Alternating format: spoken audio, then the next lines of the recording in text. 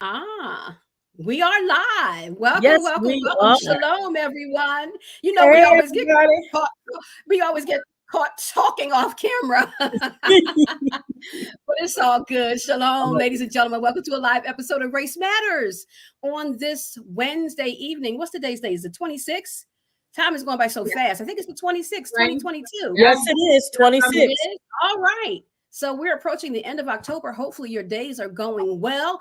And you Yeah, know what? If you woke up today, then your days are going well, no matter what's going on. Let's give God absolutely. honor and praise for waking us all up today because Yes. somebody doesn't have that testimony. So thank you for joining us this evening. If you're watching live or on the replay, we just appreciate you watching and joining in on the conversation. If you have anything to share, please put it in the feed. Again, whether you're watching live or replay, put it in the feed. We go back and we do read after the show and make comments. So please feel free to do that because it's not just about what we have to share. You guys have information too regarding race matters. So the last Wednesday of the month, we take that opportunity to indulge in race issues in current events.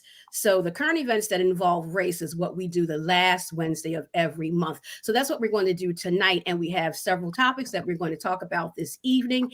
And so we're going to, before we get started, actually, we would like for you to subscribe to the YouTube channel. Right now, just click that little button that says subscribe to the channel, and like the Facebook page, click the notification bell so you'll be notified whenever we're on. You don't even have to think about it. And like the video if you like the video, and hopefully you do. So without further ado, oh yeah, and we're missing Egypt this evening. Egypt is on the road, so he can't be with us. So we miss him. And Yeah. safe travels while you're on the road, Egypt, and hopefully we'll see you next week. So let's start with Mariana. Mariana, what current event are you going to update us with this evening? Yeah, good evening, everyone. So yes, this week we are going to talk about student loan forgiveness relief. We thought it was important to address. Rosie shared a few weeks ago some concerns that despite this being made an announcement for the entire population, that there may be some concerns that could still affect people of color. And then sure enough, a few weeks after those announcements, I found out that there is an application process. And, despite the initial messaging being that, student loans would be automatically forgiven, now we know that there's an application process to do that. So we thought it was important to share this information with all of our followers. And Yes. to see what it looks like, I went ahead today and Googled the application, what it looked like, so we can, talk about it, and I can explain what the process looks like. So I was hoping that it was just going to be automatically forgiven too. Like, why should we have to apply? You know what's out there, They know who has them loans, right? so Right. it shouldn't take much. I mean, Mhm. they know yeah, because they're going to So I come after guess you they'll anyway. save money because everybody won't apply, Yeah, right? and they're going to come after you for it anyway. So if they know that they're going to come after you for it, then go ahead and come after you and say it was forgiven. right. And there's a few other steps too, right? That so they also said that there's an email that you might receive later on for the information. Don't answer to that email, you might also be impacted by not getting the relief. So all of this is information that I think, people should know, because they're gonna get us started, aren't they, ladies?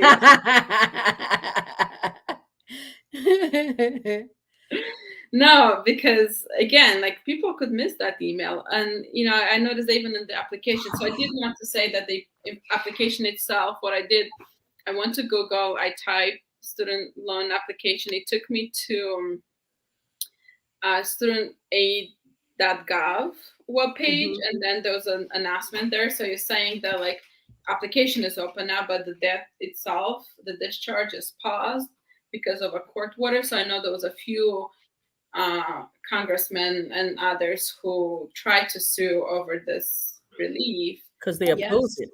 They oppose, exactly. So now it's going through this, which I don't fully understand why that's still paused for now, but for now it's paused. So but they're telling people to still apply even though it's on pause, right? So that's the message. It says we encourage you to apply even if you're eligible, and even though now they won't discharge any of it, and then they will review the application, and then we'll hear from you. So I wanted to say that the application itself, because of course the first when I hear that, I'm like, why? And we know why, like we explained, and we'll get into it. But the application itself, I wanted to tell everybody who hasn't done it, and just the thought of doing something now, like, feels so much. And I know every time I hear about paperwork, I'm like, I know, me too. I don't want to do it. I know. Yeah, but if you want that relief, you'll get it done. You know what I'm saying? Because you know that's a debt you're going to have to pay. They're going to take it one way or another. Exactly. Like, I don't know about all of you, but I do not make $10,000 in an hour, right? That, let's say, an application would have taken, but it did not take me an hour. It took me probably like 2-3 minutes. So I was hoping that the information itself would tell people that it's possible to do it really fast. So just go get it done. Go to the link we sent here, click on there. They'll ask for your name, information, and email. The email part, actually, I thought it's frustrating because, again, people could miss that information later on. So, but I will be watching for that email if they request more information. And again, that's because it is like a government website. They should have our taxes. So I don't know why, someone might miss it, but I just wanted to let everyone know to watch for that email. And if you don't have an email address, it's so easy to create one, especially, and you guys can speak to other ones. I have several in there. I have Gmail accounts. You just go on, the Google Chrome and click on Gmail, and it steps you through how to create an account. It is so simple. And then you can give that email address to put it in the application. And now you can be informed. And then you can use the email address for other things, because in this day and age, we need an email address for everything. So, and don't let the fact that you don't have an email prevent you from going after what I'm going to say. I'm going to say it like this because this is how I feel. But don't let you not having an email address not go after what is rightfully yours right now, which is debt relief. Absolutely. So don't let that be the thing that holds you back. If you can do everything else, make TikToks, make podcasts, do everything else, then what is making a little email? That is so old school that you laugh at us for having it.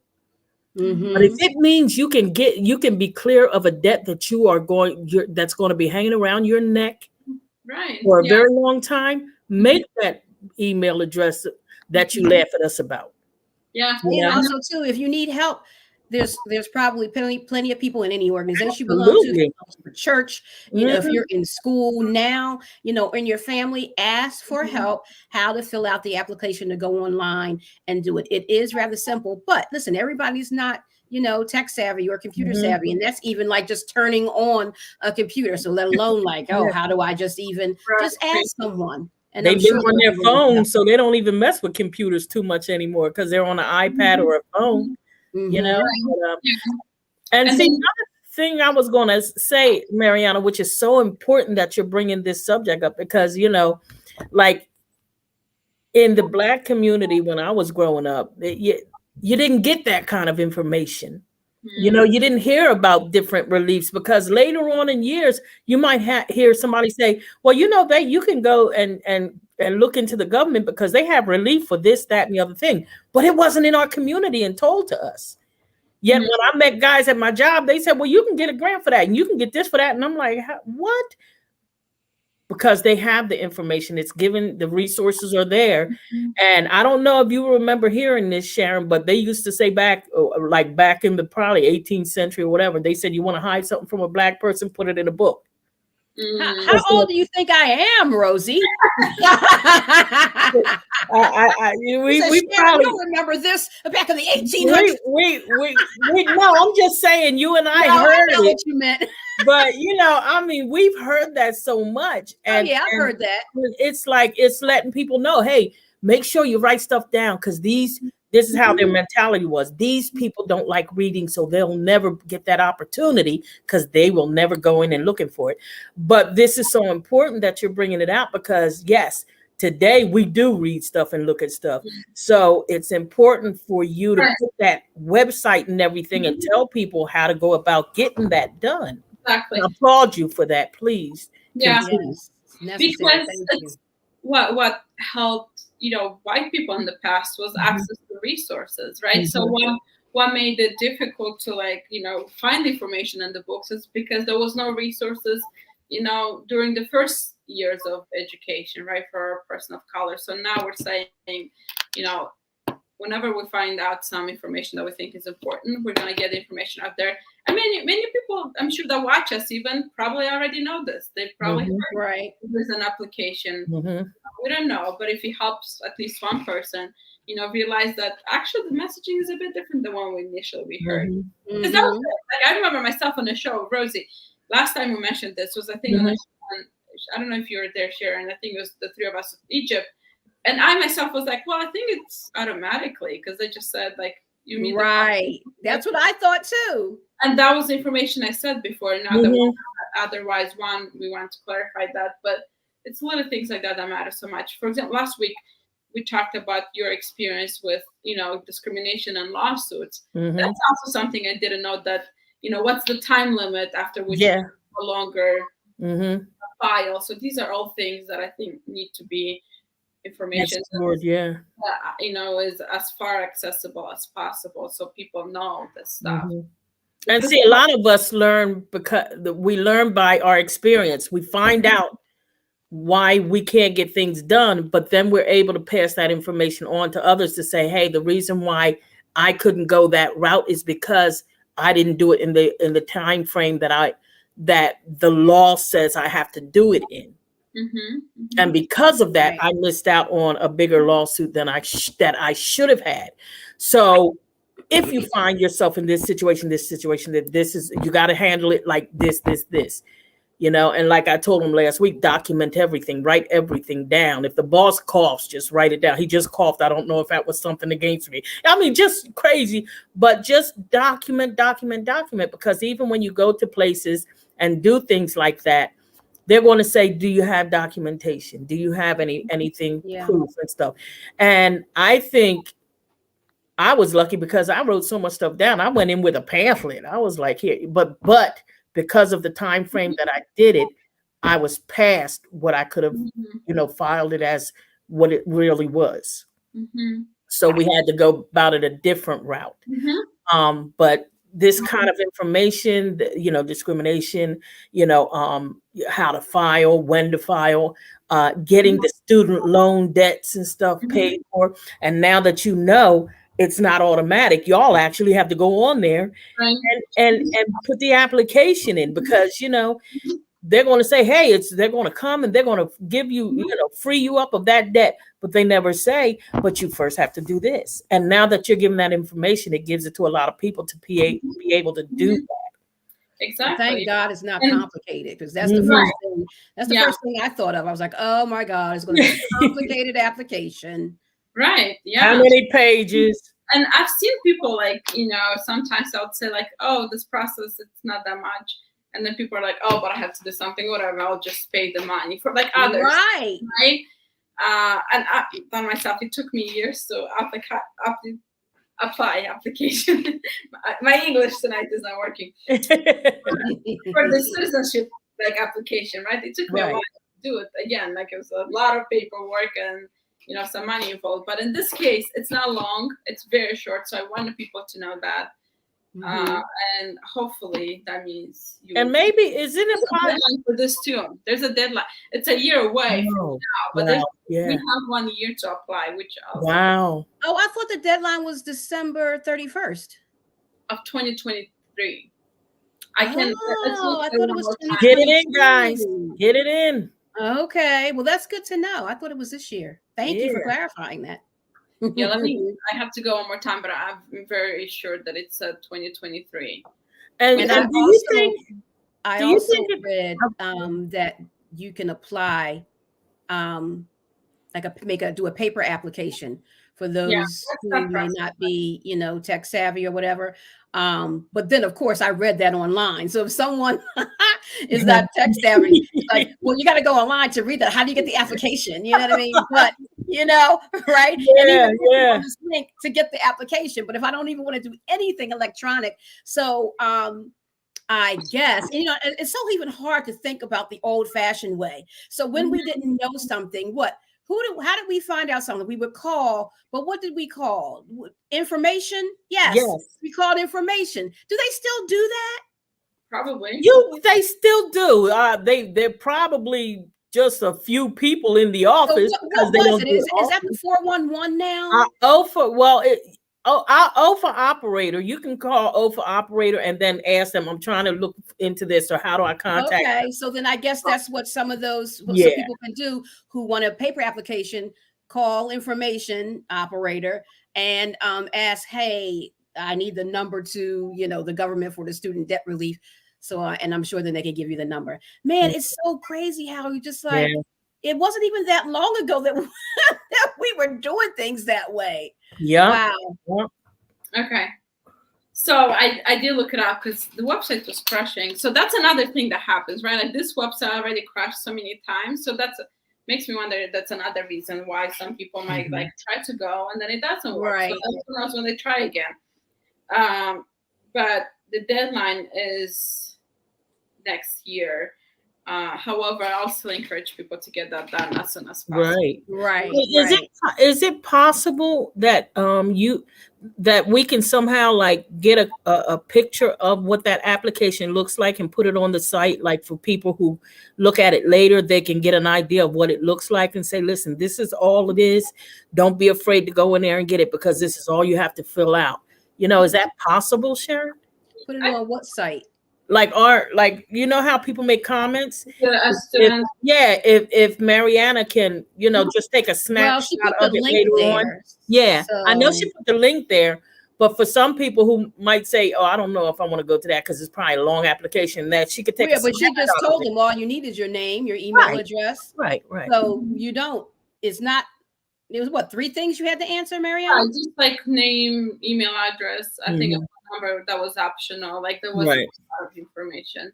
Good. Right. So it's simple. It's nothing. You don't have to show any taxes. They look that up if you filed your taxes. They see if you're eligible. They know everything about y'all out there. Name, email address, phone number, whatever. They look up your information to see if you're eligible. But you got to keep checking the email address because that's how they're going to contact you back to say if you're eligible, if you're not. If you're not, this is what you can do. If you are, this is what you should do next. So you got to keep up with that, following up with your email.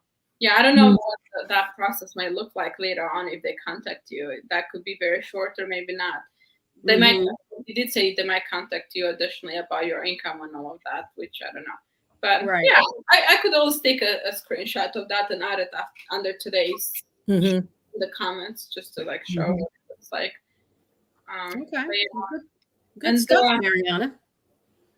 Thank you for bringing that to our attention. And use because for some people that's not 10,000 but 20, right? Yeah. You have any form of financial Pell grant, right? That might mean 20,000 for you. So right.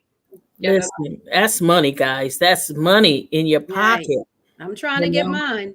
Listen, I don't qualify for the 20, but I'm hoping to get the 10. Listen, put it in there. The worst thing they can do is tell you no. Right. Every little bit helps. But if you get a yes, I'd rather put an application in and get a no than to not put an application in and would have gotten a yes. Yeah, I shouldn't be denied. So, but I'm excited about the relief. Yeah.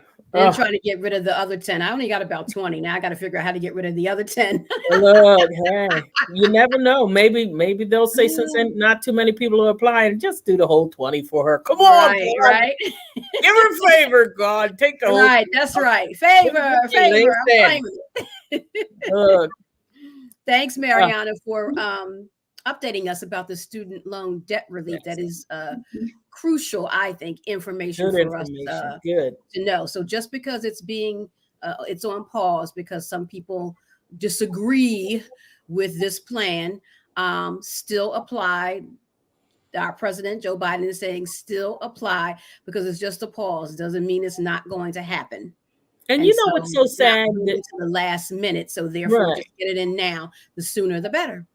And what's so sad is most congressmen and women who work for our country to make the laws and change the laws and do that, their children go to college for free because of their parents being congressional leaders. Yet you got a problem with somebody else wanting to get a break, and you can pay for your child and half the people's kids who can't afford it. Yep. Yet you have a problem with somebody else's child being able to get an education and not having the weight of the finances. Not only can you afford your kids, but they get their college for free because you work for the system, in the system. And even other things where they have gotten breaks and not had to pay things back, like the PPL loans, PPE loans, or whatever it's called, for during the pandemic. And a lot of wealthy people applied for those loans, got those loans, and then did not have to repay them because they got forgiveness. Is anybody complaining about that and trying to have you pay back that money? And there were so many who had small businesses couldn't get it because it was maxed out. The rich people tapped it out. Right. There's they so put it in many there, people. They gave it to them, and then they took it. Right. And now, I think even Kanye West got, said he got it. I mean, did he really need it? He didn't need. They didn't need it. It's just the laws are made for them to get over. That's it. And we still have to foot the bill for them. Yeah. So it's. And that's what makes me scared even about this. It's still, even though we, everybody should have to get in there and apply, but it still makes you nervous because you don't know who's jumping the gun ahead of other people. You've had enough life experiences, Rosie, to know how sometimes the system works. Give it to those that really need it, but then everybody really needs it. Everybody. Yeah. No, I was glad that at some point, like the White House websites on like Twitter and Instagram were like calling out some of these names that like were attacking this. Meanwhile, they themselves got like millions. Yes. Yeah. Yep. It's unbelievable. All right. So did you have anything else to share, Mariana, before we move on? No, it's just that process. And then afterwards, they like sent an email verifying that you got through it. Okay. So, just as a way to like go to your email, make sure it's there for verification. And like that was it. My main message was that even though the initial thought of an application sounds like it's something you want to avoid, don't let that stop you. Because one, we shouldn't still let that stop us because it's money, as Rosie, said a few times, but it's very short, so you'll get it done in no time. Yeah. Get it done, guys. All right, so let's move on to our next current event, Rosie. Yes. The current event, and we touched on it, I think last week, Mariana, were we touching on it? Was the backlash that's coming from the Little Mermaid being African American young woman. And the only reason I was touching that is because we're still dealing with this mentality that this is ours. Where Caucasian people are saying that's our Little Mermaid, and it's like it's crazy because it's not reality. And to attack a young woman who was asked to play a part because she doesn't fit into your narrative of what this Little Mermaid should look like, it's crazy. And I was looking at a couple things, and there was a gentleman named Matt Walsh. He's the white conservative man who has a podcast, and I was watching him, and he was talking about it, and it's crazy because it's gone from people talking about the ethnicity of a creature that is not real. And if a mermaid was real, let's be honest, it would probably be more the color of a whale or, something grayish. It's something that would fit in the ocean. We don't know what that would look like. But this is a fictional character. And for people to get up in arms is really amazing. And this gentleman, he actually went beyond talking about only the ethnicity, that this is a Welsh type of thing, or that, whatever person that first created a mermaid, and all the, they only know white people, so it should have been a white person. But then he got into, but I guess his mentality must have been, since I can't really fight it as much as a white thing and a black thing, because I know I'm going to get kickback. But he even got into a scientific part. He moved right into scientific. Well, and if you really want to follow the scientific part he was talking about, if it was a real mermaid and she lived way down in the ocean under the sea, then her skin should be translucent.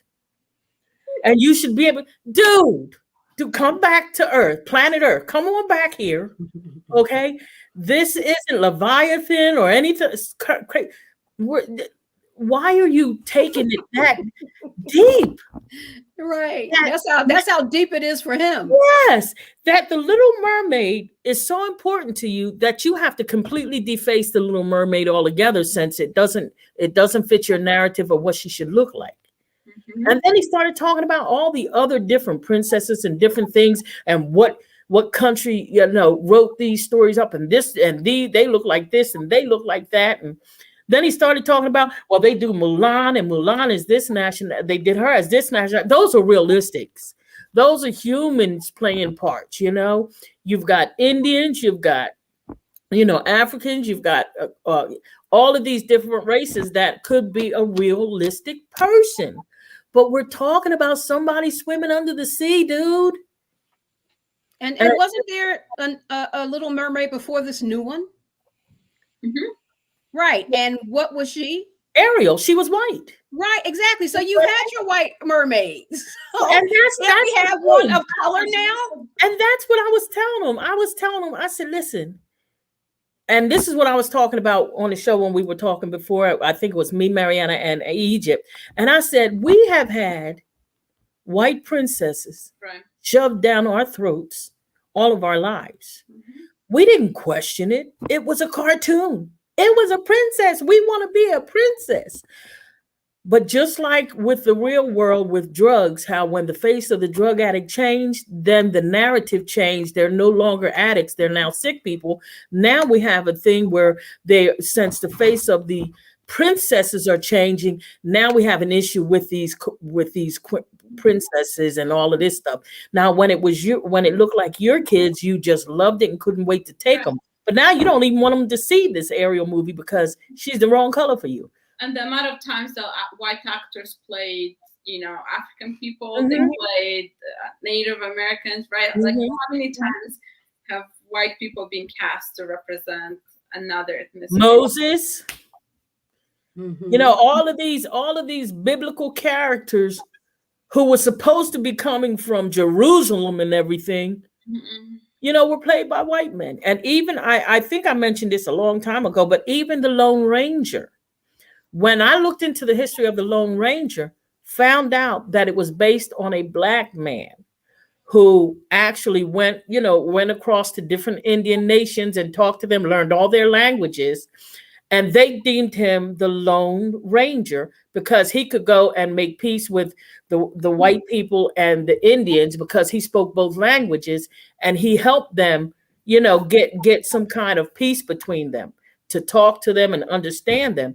Yet when the movie was made, they couldn't palate that it would be, I guess, putting a black man as the Lone Ranger. So what did they do? They got a white man, but they put a black mask on him to depict. Now, we didn't know that, but now we understand why he wore a black mask, because the actual Lone Ranger never wore a mask. It was just a black man going around. And we've got so many different things on TV, so many different, things that we've seen, and we've seen white people play so many, Nefertiti. Right. Now that's what I was getting ready to say too. Not ever, never will she be, because, she was not. So it's okay for you, but when it comes to us coming into our part of it, now you got a problem, Yeah, and that guy, Matt Walsh, he has a lot of influence with evangelicals. Yeah. Yeah. Mm-hmm. Yeah. Just want to own everything. Yeah. And again, it's nothing. It's just a young lady playing a mermaid. You don't have a problem with Ursula being black. because she's wicked, she's bad, she's the criminal part of this thing. But you don't have a problem with Ursula being black. Why couldn't Ursula be white with blonde hair and blue eyes or green eyes? And look at all the, like I said, the fish in the sea. It's so colorful. So colorful. So it's colorful. Like you can make a purple mermaid movie if you want, because the fish in the sea are all kinds of colors. You got jellyfish that changes colors. So this attack on a young lady's ethnicity, and then Egypt was sharing with us, Sharon, last week, that he even had a couple comments from Black people that were saying, because Ariel has like reddish hair under the sea, oh, Black people aren't gingers. Why would they give her red hair? Black people aren't. Okay, well, they're just uninformed. I don't know where they live that they haven't seen Black people with red hair. We used to call them Redmond, because we saw so many Blacks in Camden with ginger hair. And we used to say, hey, Redmond, what's up? Because they were light skinned with red hair. Right. So I said, okay, that's ignorance talking right there. Because right. And then it was funny because that same time I was telling my sister about what Egypt had said, and a commercial came on, and it was a little boy. He looked like he was 8 or 9 years old. He was a light-skinned Black boy, and he had ginger hair, a ginger afro. I said, I should have recorded that just to show them about this commercial. How can you say that? It's total ignorance. Right. What would have happened if she didn't have red hair? See? That would have been the criticism, right? Like Ariel's supposed to have red hair. If she would have had black braids, you should have had an afro with a pick in it. Look. Can you imagine, Rosie? Can you imagine if she was swimming and that fro was bouncing? They would have said, "Okay, take this off altogether." That's so funny. I was like, "Are you kidding me?" Or those Bantu twists. Yeah, those Bantu knots. Listen, Sharon. It would have been a hot mess. But and like I told him, I said, listen, we'll take what we can get. If we can get our kids to move into certain areas so that our kids will understand that we're in everything. Right.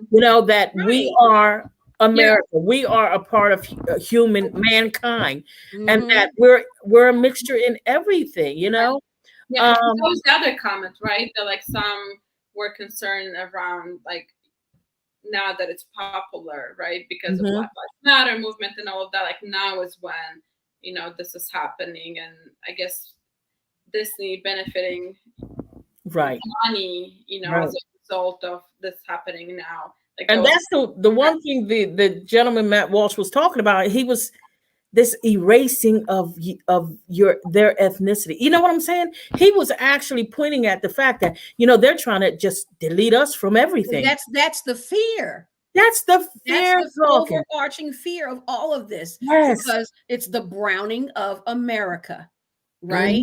And it's the fear of then the white race being the minority race, meaning the less populated.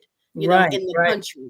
And it very well will probably be that way one day. But it's okay. What I mean? We're not trying to treat you like you treated us. It's just the numbers have shifted. But it's okay.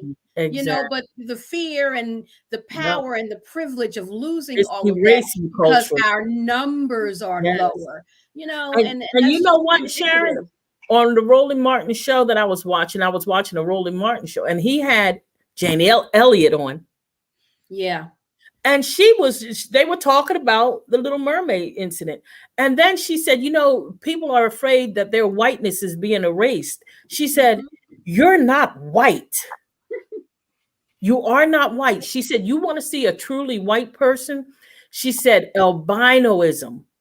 That's white. And she started comparing. She said, you are not white.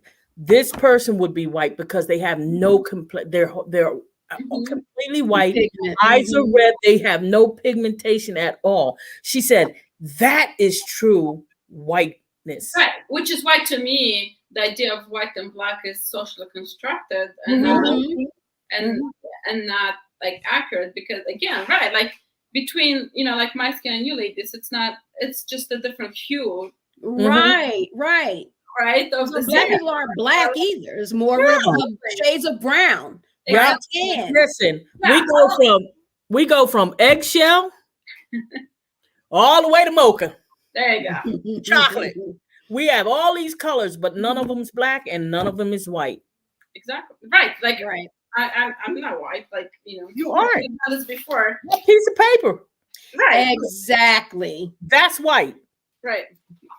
Yep. So I think that, but when I think, And this is black, and I'm not this color. right. Well, it changed, but And if you try and say we are, I'm gonna say liar. Yeah. It's funny, you wearing a black jacket. Look at the difference. Right, exactly. Right.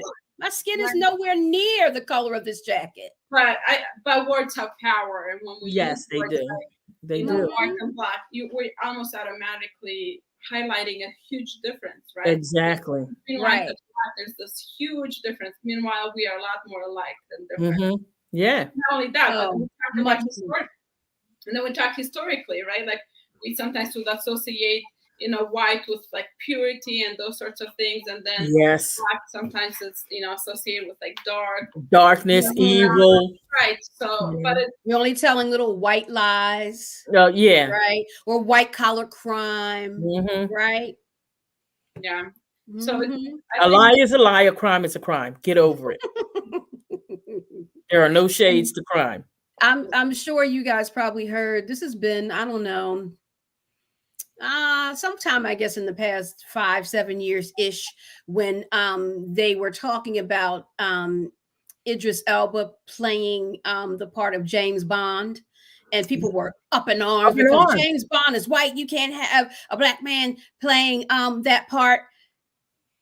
You know, and you know what? Now that you mentioned that, they even showed a clip where in one of the newer cartoons with Pinocchio, the Blue Angel is a black woman.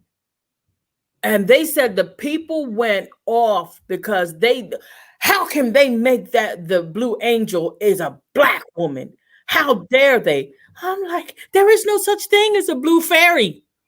You can make the fairy whatever color you want to make it. If it's blue, then it's obviously not human. It's, you know, if it's a fairy. I mean, these people, and trust me, the blue fairy, Sharon, because they showed the cartoon and the blue fairy showed up.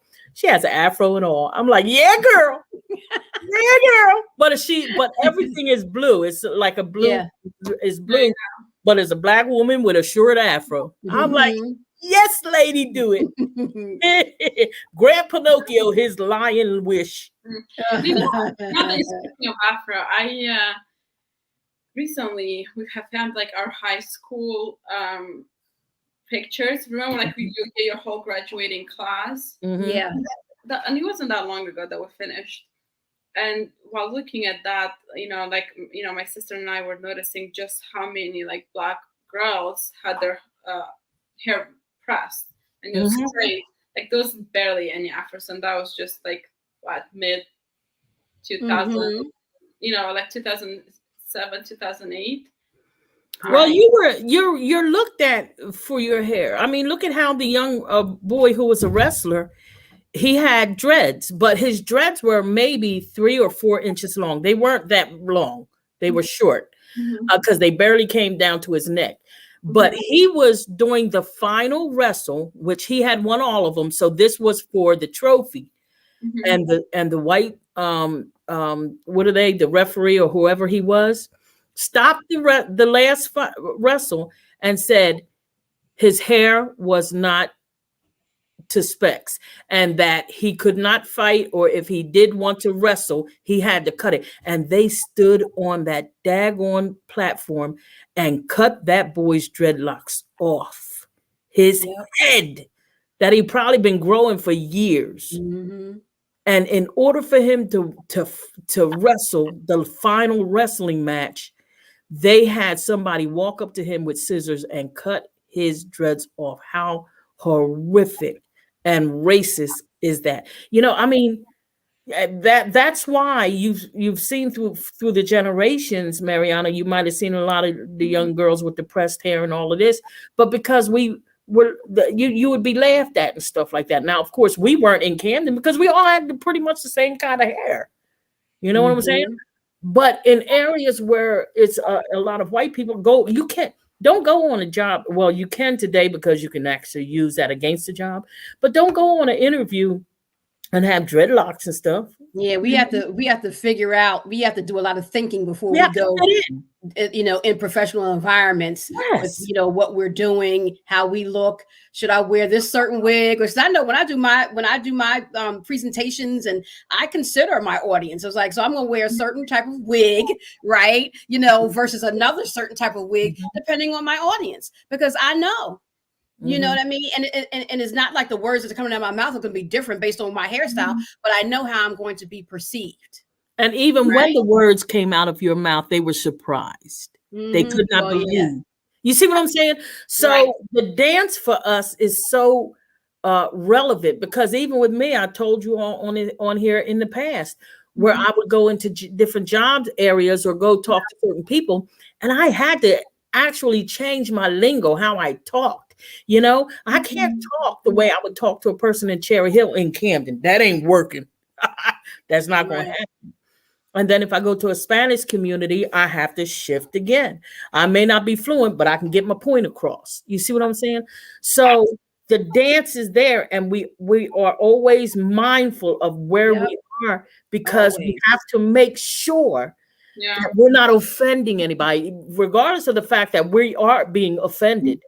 Right, but it's like, and it's just being ourselves is being offensive. Right, I was just gonna ask that, like, what's offensive about an afro? Like, nothing. Right, exactly. It's it looks gorgeous. And you know what?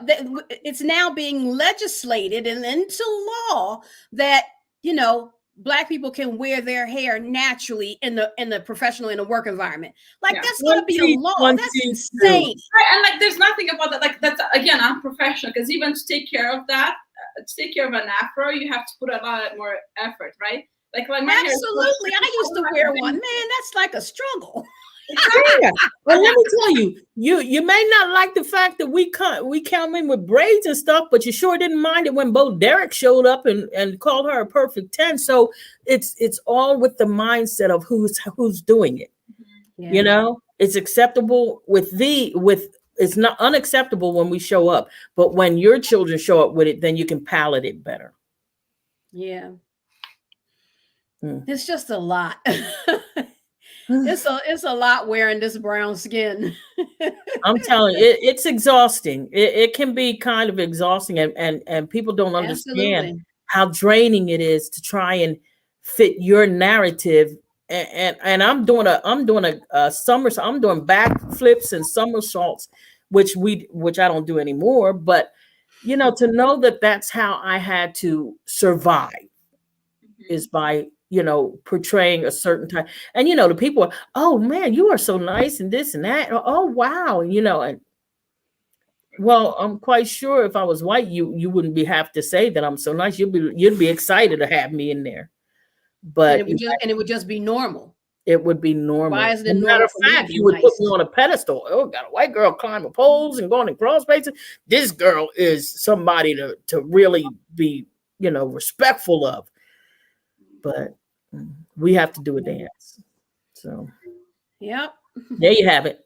Got your tap shoes on, Rosie? What? I'm telling you, I have to take some classes from Ben Green and all of them, But one of my final thoughts, and I know I said this last week too, and I want to repeat with Ariel, what matters is how little Black girls and boys, but their experience with seeing themselves represented. When I saw those videos, man, are so touching. I cried. I mean, I didn't boo, but the tears just rolled down my face looking at their joy, And that's what he said. He even said it. He said, why do they have to act like that? Just, she's acting like because they questioned her, Halle Bailey, and they asked, how does it feel, representing like you're doing? And she said, I would have loved it if I would have had that ability to see a young Black girl. It might have changed the way I do things. And he was like, the Welsh, he said, oh, just seeing a black person play a certain part will change your whole life. Well, it's changing yours because it's a black person. It's changing your whole life because you don't like it. So absolutely. So just like it's changing for the negative for you, it's changing for the positive for us. And I saw, like the youngest child was a 2-year-old reacting to this, and the rest were 4 or 5, and maybe a bit older. But the 2-year-old could barely talk, and like heard comment a few times. It's like, "Mom, look, that's black girl magic. That's black girl magic." And then them saying, "She's brown like me." Yeah. That's adorable. Mm-hmm. And there was one little white girl in the video that I saw, and she was like, "Oh my gosh!" And then she has a little black friend, and she said the friend's name is like, I'll make it up, like Sue. Mommy, did Sue see this? Oh my gosh! And she was just so excited to see a brown mermaid for her friend. Yeah, and it was so touching. It was so which sweet. goes to show you that this racial divide has nothing to do. It's just what you create for your kids, because. Besides the fact we're talking about Little Mermaid, I happened to stumble on a video of a little white boy who had a tan, and his mom said, I'm gonna say Jimmy because I don't remember his name. Jimmy, look at your arms, you got a sunburn. And he went, now he was like 5 or 6. He looked at his arms, he said, I thought I was black. And I cracked up. I said, "Oh my!" And he went storming off. He was so mad. I said, "God bless his little heart." But he was mad because he thought he was turning black. That's funny. She like, "Look at your sunburn." He looked at his arm. I thought I was turning black, and he stormed off. I said, "God bless him." It's funny because one of my nieces, when she was around 4 or 5, she actually thought the same thing, that like, black people just like stayed in the sun a lot longer. Bless them. Like, I thought they got 10. That's all, yeah. But they were also reacting because they saw some of this on, like, they don't have TikTok, but like YouTube Shorts. And like, that was their reaction too. Now it was a 12-year-old that said something. She's like, it's so exciting to see like all the black girls. Right. Like, kids have no issue with this. Yeah. Yeah, so it's just, I'll have to go and watch it. I can't wait to see it. Yeah, I can't wait. It's the next step in, us getting further along in the divide, decreasing the divide, even though, of course, there's plenty of people like this Mr. Walsh who don't like it, but it's the next step in us getting closer and closer to, equality, equity, inclusion and all of that, in Hollywood. Right, because we know that glass ceiling is hard to conquer. Let's just put it that way. And we fought hard to be in these spaces in Hollywood with the actors and actresses and musicians and artists, etc. Again, because it was not that long ago that we didn't see ourselves. You did not see, black people in film and in on TV shows and in the mainstream media, right? And you didn't see Hispanics in the movies being the carrying the major role, right? Indians, in TV Muslims. and in film. They may have had their own, say Spanish station, but in the mainstream, it's like, okay, well, where are the people of color? Right. We are populating the United States, but where are we represented in the film and television industry? That was a sad display. Yes, it was. Maids, drug dealers, drug addicts. I mean, that's what our characters were. Right. Slaves, things like that. Demeaning the maid positions. Right. The criminal, like you said. Right? Yes, sir. No, sir. Crazy. Yeah. I was watching a movie even not that long recently, but the movie wasn't that long, Unbreakable. And initially it looked like the black person was like a good character, and then there was like a spin at the end and he was the actual criminal. And again, I was like, really? Like, and it was 2000, like it wasn't more than 10 years old, right? I don't know exactly, maybe a little bit, but up until very recently that was the case. Right. And did you all see the movie with Denzel Washington, Training Day? I didn't see that because I thought I heard everybody talking about how bad he was. Yeah, I mean, he was, and I didn't want to see that. He was I didn't want to see it. He was a corrupt cop. It was a good Right. movie, and but Denzel. I mean, he's an actor, so I mean, He he's plays good. everything He too was good. superb. But he won the Oscar for that, right? Mm-hmm.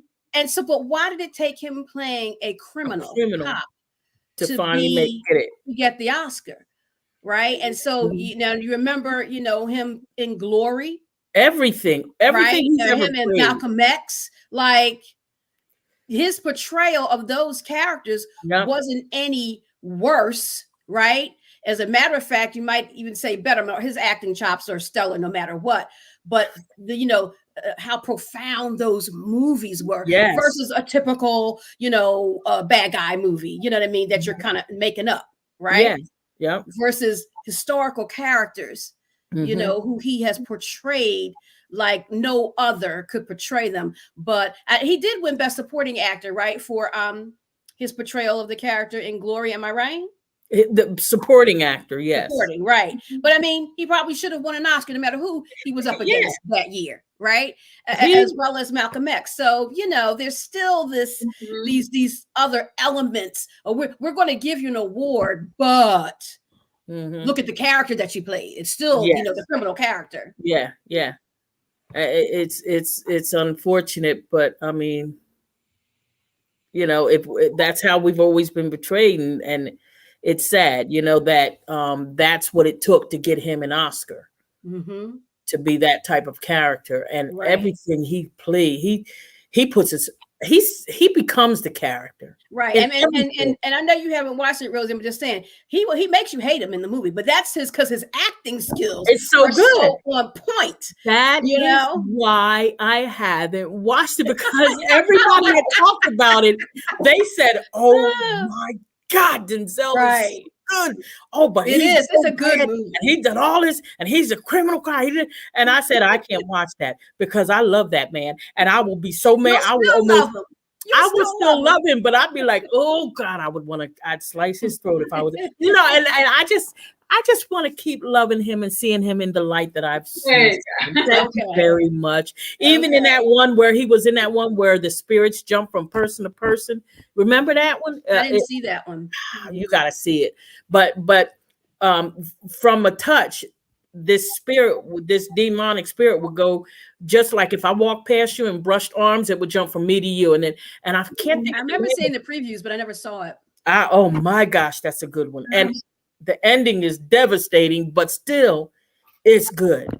Okay. Yeah, it's nothing that he's been in that's not good. So, it's Denzel. What are you going to say, right? That's why I haven't watched it, and nobody can talk me into watching it. I will not watch my baby play that part. I hear you. All right, so let's move on to our last current event. It's not going to take long. We only got a couple minutes left anyway. So I just wanted to update the audience on a current event that we reported on back in June when it happened. And sometimes we speak about these current events, but we need to follow up, bring you the follow-up information, because sometimes it's not just the one-time event. There's, especially when you're talking maybe criminality, then you're talking trials and sentencing and things like that. So we want to bring you the information on the update. So I want to update you on Randy Cox. He's the black gentleman who was arrested.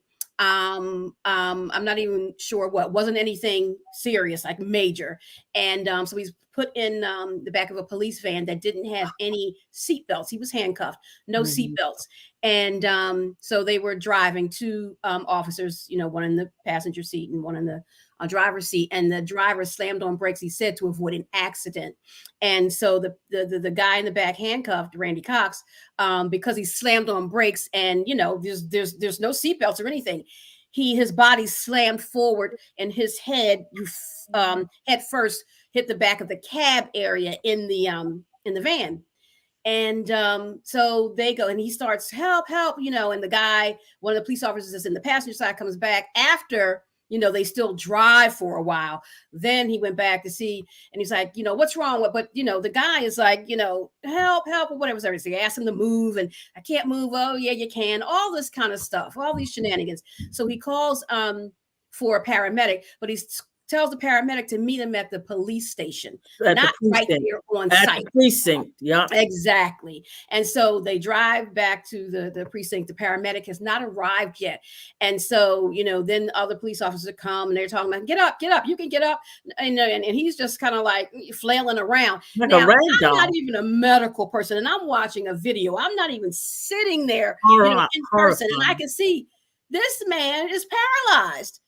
He looked like a rag doll. And how you can see like his head is still basically in the same position in his body, leaving forward and kind of like down a little bit, like it's like as a wedge, right? And so if you know anything, especially as an adult, if you know anything, this person has probably hit his head, right? You did slam on brakes. And so there could be a medical concern here as opposed to him, oh, you're just playing around. You can talk. Well, first of all, why wouldn't he just say, oh, I'm good, I'm fine? If he could really, be coherent enough to say what was going on, or if he can move, get up, you can move, you're just playing. So they take him and drag him out. Dragged him into it. Just now, mind you, Sharon, by his legs, by his feet, and while you're saying all that, wheelchair. He was handcuffed, guys. So even handcuffed. if he was a liar, he's handcuffed. Exactly. Go ahead, Sharon. And so they drag him out by his legs. So now, you're talking about a person that's paralyzed. Now, not that they're saying that, or they don't know this, I'm assuming. Why I wouldn't even know that they should have known there's something medical going on here. But anyway, and so they throw him in a wheelchair, take him in to book him or whatever, and then, take him and throw him into the jail cell on the floor. Right. And the paramedics come and, they take him to the hospital, whatever. He's paralyzed from the chest down. And so I got this information from CNN.com. And so they're suing the department and the individuals involved. There's 5 officers involved. They're still on administrative leave and they're still working out because it's just happened over the summer in June. And so they're still, going through the logistics of finding out, what's going on, who's culpable, who's not culpable. And, that process is long. But they're on administrative leave. He's still paralyzed. Don't know, what the future of his abilities physically are going to be. That's his state right now. And he's got these lawsuits pending. And so the administrative leave, is it with pay? Probably. Yes. See, there's where my problem lies. Therein lies the problem. If I can see, if you have a question about it, that they are put on administrative leave, but it should be without pay. But the money, their money should be kept in an account so that if they are cleared of it, they get paid the back pay. But I don't think that, because right now they're just on vacation. So let me pose this, and I hear what you're saying. I think that's a good idea. So since they're getting paid now, those who get put on administrative leave, if they're found culpable, did you take that money back? Right. Back from that day? No, I don't think they do that. I'm just saying that'll never happen. That'll never happen. If anything, they will be released from their job. They might be charged with something. But right now, you're on a prolonged vacation because you're getting your weekly paycheck. Right. And I personally believe and benefits. Yes, and I personally believe every time cops have shown some kind of activity that could cost them their job or has been deemed, wrong, the administrative leave should not be with pay. If they're on administrative leave, then they should be like when we used to get suspended, you were suspended without pay.